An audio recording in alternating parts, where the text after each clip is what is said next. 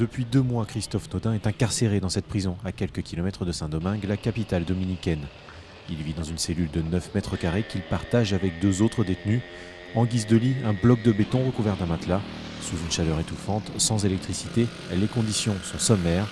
Il fait partie des 28 détenus dans le quartier de haute sécurité. Confiné dans sa cellule, il lui est interdit de sortir.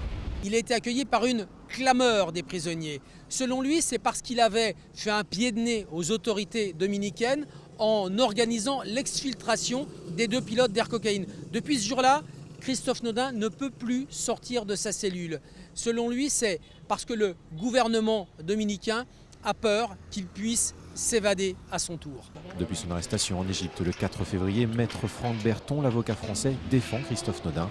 Présent pour la première fois sur l'île depuis l'arrivée de son client, il souhaite lors de cette audience pointer du doigt de nombreuses anomalies qui constituent ce dossier. Il est inculpé de faits de trafic de migrants. Bien évidemment, Christophe Naudin n'a jamais trafiqué ou fait quoi que ce soit à l'intention des migrants.